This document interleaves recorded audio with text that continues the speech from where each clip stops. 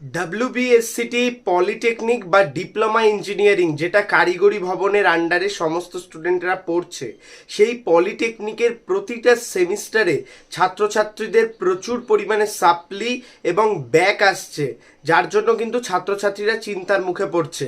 আর এটা কিন্তু সত্যি বিষয়, সাপ্লিমেন্ট থাকলে কিন্তু মাথায় থাকে সব থেকে বড় একটা প্রেশার। এই সাপ্লিমেন্টের প্রেশার যারা নিয়েছে তারা জানে এই সাপ্লিমেন্ট কি। তো আজকের এই ভিডিওতে আমি কথা বলবো তোমাদের সমস্ত ডিপ্লোমা ইঞ্জিনিয়ারিং ছাত্রছাত্রীদের যে সাপ্লিমেন্ট এক্সাম যাতে কিভাবে তোমাদের না দিতে হয়, অর্থাৎ উইদাউট সাপ্লি প্রতি সেমিস্টারে তোমরা কিভাবে পাস করবে সেই বিষয় নিয়ে। তুমি যদি পলিটেকনিক স্টুডেন্ট হয়ে থাকো কিংবা পলিটেকনিকে সবে ভর্তি হলে বা পলিটেকনিক পড়বে বলে ভাবছো, তোমাদের সকল ক্যান্ডিডেটদের জন্য এই ভিডিওটি গুরুত্বপূর্ণ। কারণ এই ভিডিওতে আমি তোমাদের বলবো পলিটেকনিকে উইদাউট সাপ্লি প্রতিটা সেমিস্টারে কিভাবে ভালো রেজাল্ট করে পাস করে বেরোবে, এবং পার্সোনাল এক্সপিরিয়েন্স আমার যেটা ছিল সেটা তোমাদের দেখাবো। সবার আগেই বলে রাখি, আমি পলিটেকনিক পাস করেছি উইদাউট সাপ্লি প্রতি সেমিস্টারে টপ করে। আমার রেজাল্ট তোমরা দেখতেই পাচ্ছ, এবং আমাকে যারা পার্সোনালি চেনো তারা জানো পলিটেকনিকের আমি ছিলাম টপার, এবং অল ওভার ওয়েস্ট বেঙ্গলেও কিন্তু আমার ভালো একটা নাম্বার ছিল এবং ভালো স্কোর ছিল। তোমরাও এইরকম স্কোর কিভাবে করবে, এবং এই যে নাম্বার যেটা তোমরা স্কোর করছো সেই নাম্বারটা উইদাউট সাপ্লি, এরকম অনেক স্টুডেন্টকে আমি দেখেছি ভালো স্কোর করে কিন্তু এক একটা সেমিস্টারে এক একটা সাবজেক্টে সাপ্লি চলে আসে। তো কিভাবে সেটাকে বাধা দেবে, অর্থাৎ সেটা ছাড়া কিভাবে ভালো র্যাঙ্ক করবে, সাপ্লি আসাটাকে কিভাবে আটকাবে, সেটা নিয়ে কিন্তু আজকের এই ভিডিওতে কথা বলবো। তো প্রথম থেকে শেষ পর্যন্ত ভিডিওটি দেখো। তুমি যদি পলিটেকনিক প্রথম বর্ষের ছাত্রছাত্রী হয়ে থাকো, ভিডিওটি তোমার কলেজের বন্ধুদের মধ্যে শেয়ার করে দাও। কারণ আজকে আমি তোমাদের যে এক্সপিরিয়েন্সটা দিতে যাচ্ছি এবং যে নলেজটা দিতে যাচ্ছি, ইউটিউবে আশা করি তোমরা এইরকম নলেজ আগে পাওনি বা এইরকম ভিডিও আগে পাওনি। তাই কিন্তু খুব গুরুত্বপূর্ণ হতে চলেছে তোমাদের জন্য। প্রথম থেকে শেষ পর্যন্ত ভিডিওটি দেখো। আবারও বলছি, চ্যানেলে প্রথম আসলে সাবস্ক্রাইব করে নিও, ভিডিওটিতে লাইক করে দিও। তোমার একটা লাইক আমাদের অনেক মোটিভেট করে তোমাদের জন্য ভিডিও বানাতে। তো অবশ্যই কিন্তু লাইক করে দিও, আর যারা আগে থেকে করেছো তাদের অসংখ্য ধন্যবাদ। তো ভিউয়ার্স, একটা কথা আমি তোমাদের বলে রাখি, পলিটেকনিক প্রতিটা সেমিস্টারে তোমরা যে পড়াশোনাগুলো করবে সেগুলো কিন্তু আগের পড়াশোনার থেকে অনেক আলাদা। কারণ এখানে তোমাদের প্রতিটা সেমিস্টারে প্রচুর theoretical subject as well as practical subject পড়তে হয়। প্র্যাকটিক্যাল সাবজেক্টে ফেল করার চান্স না থাকলেও থিওরিটিক্যাল সাবজেক্টে কিন্তু ফেল করার চান্স থাকে।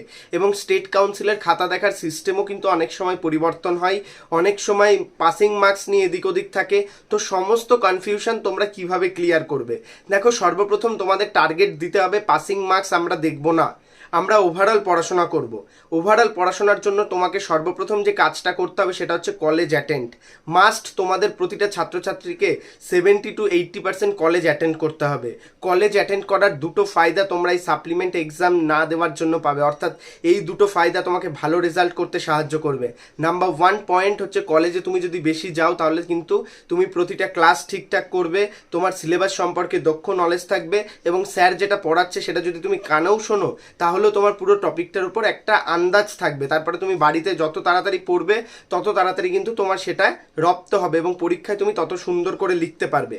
সেই ক্ষেত্রে কলেজে যাওয়ার কিন্তু প্রথম এবং ফার্স্ট যে ইম্পর্টেন্স বা ফায়দা কিন্তু এটা। পরবর্তী ফায়দা যেটা খুব গুরুত্বপূর্ণ সেটা হচ্ছে মুখ চেনা। তুমি যদি কলেজে যাও, কোনো স্যারের ক্লাস ঠিকঠাকভাবে করো, 70 থেকে 80% অ্যাটেন্ডেন্স রাখো, তাহলে সেই স্যারটা কিন্তু তোমাকে চিনবে, তোমার নাম জানবে। এবং ইন্টারনাল পরীক্ষা যখন হয়, ইন্টারনালের যে মার্কস যেটা তোমার থাকে কলেজের হাতে বা স্যারের হাতে, এবং অ্যাটেন্ডেন্সের যে মার্কস, সেখানে কিন্তু তুমি 80 to 90% স্কোর করে যাবে। তো সেই ক্ষেত্রে কিন্তু তোমার একটা বড় চান্স থাকছে ভালো নাম্বার স্কোর করার। তুমি যদি 30 বা 40 যেটা তোমার ইন্টারনাল থাকে, সেখানে যদি 35 বা 30 পেয়ে যাও, তাহলে আর তোমাকে কে দেখে। তো খুব গুরুত্বপূর্ণভাবে এই পার্টগুলো কিন্তু দেখবে। এছাড়া খুব যে ইম্পর্টেন্ট পার্ট, কলেজে যাওয়ার পর তুমি বাড়িতে এসে কতটাভাবে স্টাডি করছো, অর্থাৎ কলেজে যাওয়া তো একটা পার্ট গেলই, কলেজ থেকে বাড়ি এসে তুমি যদি প্রতিদিন 30 মিনিট বা 1 ঘন্টাও প্রতিটা টপিকের ওপরে বেসিকভাবে নলেজ গ্যাদার করো, বা বই পড়ো, বা তুমি ইউটিউব ভিডিও দেখো, তাহলেও কিন্তু তোমার নলেজটা বেশিভাবে গেন হবে। এবং আমার পার্সোনাল এক্সপিরিয়েন্স, আমি যেটা করতাম, আমি রোজ কলেজ যেতাম এবং কলেজ থেকে এসে আমার যে স্টাডি, যে পড়াশোনাটা কলেজে পড়ানো হতো সেইটাকে পুরো রিভিশন কমপ্লিট করতাম, এবং প্রতিদিনের পড়া প্রতিদিন অল্প অল্প করে করতাম, তাহলে আমার সিলেবাসটা ইজিলি শেষ হতো। তার পরবর্তী পয়েন্ট আমি তোমাদের যেটা বলবো স্পেশাল টিপস অ্যান্ড ট্রিক্সের মধ্যে, সেটা কিন্তু সব থেকে গুরুত্বপূর্ণ, সেটা হচ্ছে তোমাদের বই বা স্টাডি মেটেরিয়াল রাখতে হবে। এখন তোমরা জানোই বেশিরভাগ ইনস্টিটিউটে কিন্তু বই দিয়ে দেয়, সেই ক্ষেত্রে কিন্তু তোমরা অবশ্যই যদি ক্লাস করো তাহলে স্যার যেটা পড়াচ্ছে বা লেকচার দিচ্ছে তার নোট বানাতে পারো, যেটা তোমাদের স্টাডি মেটেরিয়াল হবে, কিংবা বই তুলতে পারো। উইদাউট স্টাডি মেটেরিয়াল পড়া কিন্তু আমার একদম পছন্দ হয় না। অনেককে আমি দেখেছি বই ছাড়া পড়াশোনা করে, বই ছাড়া কিন্তু পড়াশোনা হয় না।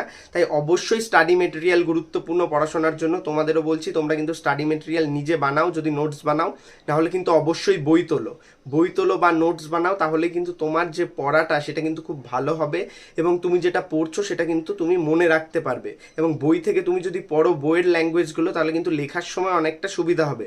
অনেক সময় তুমি পুরো বিষয়টা জানো, তোমার কনসেপ্টটা ক্লিয়ার আছে, কিন্তু বইয়ের ভাষা নেই, সেই ক্ষেত্রে কিন্তু তুমি পরীক্ষায় ভালো লিখতে পারো না। এরকম অনেক ছাত্রছাত্রীকে আমি দেখেছি যারা আমার থেকেও ভালো কনসেপ্ট তাদের ছিল হয়তো কোনো টপিকের ওপরে, কিন্তু তারা বই পড়তো না, তাই কিন্তু পরীক্ষার হলে তারা লিখতে পারতো না এবং তাদের থেকে আমি বেশি নাম্বার পেয়ে যেতাম।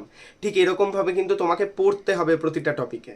আর একটা পার্ট, খুব গুরুত্বপূর্ণ পার্ট, সেটা হচ্ছে ফোকাস দিতে হবে পড়াশোনায়, ক্যাজুয়ালি নিলে চলবে না এবং প্রতিটা টপিক তোমাকে পড়তে হবে। এবং ম্যাট্রিক্স বা তোমরা বলতে পারো যে অর্গানাইজার যেটা তোমাদের থাকে পলিটেকনিকে ম্যাট্রিক্সই থাকে, সেই ম্যাট্রিক্সের কোশ্চেন অ্যান্সার দেখতে হবে, প্রিভিয়াস ইয়ারের কোশ্চেন অ্যান্সার দেখে সেগুলোকে সলভ করতে হবে এবং যে চিন্তা করতে হবে যে যতটা সম্ভব নতুন নতুন জিনিস এবং প্রতিটা টপিক, নতুন টপিক হোক বা পুরনো টপিক, সেগুলোর ওপর যে কনসেপ্ট সেটাকে খুব সুন্দরভাবে বিল্ড আপ করা যায় এবং খুব গুরুত্বপূর্ণভাবে প্রতিটা জিনিস তোমাদের পড়তে হবে। তো এই তো গেল পড়ার পার্ট এবং পুরো স্টাডি সিস্টেম পার্ট। এইবার একটা খুব গুরুত্বপূর্ণ পার্ট হচ্ছে বা খুব ইম্পর্টেন্ট পার্ট হচ্ছে তোমাদের পরীক্ষার খাতা। পরীক্ষার খাতায় কিন্তু তোমাদের লিখে আসতে হবে প্রতিটা টপিক, না জানলেও লিখে আসতে হবে এবং চেষ্টা করবে যদি পারো যে 60 নাম্বার বা 70 নাম্বার তোমার পেপার থাকছে তার উপরে এক্সট্রা কিছু অ্যাটেন্ড করা, তাহলেই কিন্তু তুমি ভালো নাম্বার পাবে। এবং সাপ্লি এড়ানোর ক্ষেত্রে আমি প্রতিটা ছাত্রছাত্রীকে বলেছি প্রচুর পরিমাণে লিখবে এবং চেষ্টা করবে পাশের এদিক ওদিকের থেকে যদি শোনো বা জেনেও লেখো তাহলে শুনে নিজের মতো করে লিখবে। হুবহু যদি কপি করো না, প্রথম খাতাটা দেখার পরে সেকেন্ড খাতাটা যখন স্যার তোমার দেখে তখন কিন্তু নাম্বার কম দেয়। এই ক্ষেত্রে কিন্তু তোমরা প্রবলেম ফেস করো। ওই যে আসে না যে আমার পাশের জন্য তো সেম লিখেছে, ও তো পাস করে গেল, আমি কি করে ফেল করলাম? তো কারণ হচ্ছে এটাই। তো সেই ক্ষেত্রে কিন্তু এই বিষয়গুলো বললাম, মাথায় রেখো। কোনো কিছু কোয়ারি হলে কমেন্ট করো, এছাড়া সরাসরি আমার সঙ্গে ইনস্টাগ্রামে কথা বলতে পারো। ভালো থাকো, সুস্থ থাকো, প্রো টেকনিক্যাল জিনিয়াস ইউটিউব চ্যানেলের সাথে থাকো, সকল ইনফরমেশন সবার আগে পেতে থাকো। ধন্যবাদ।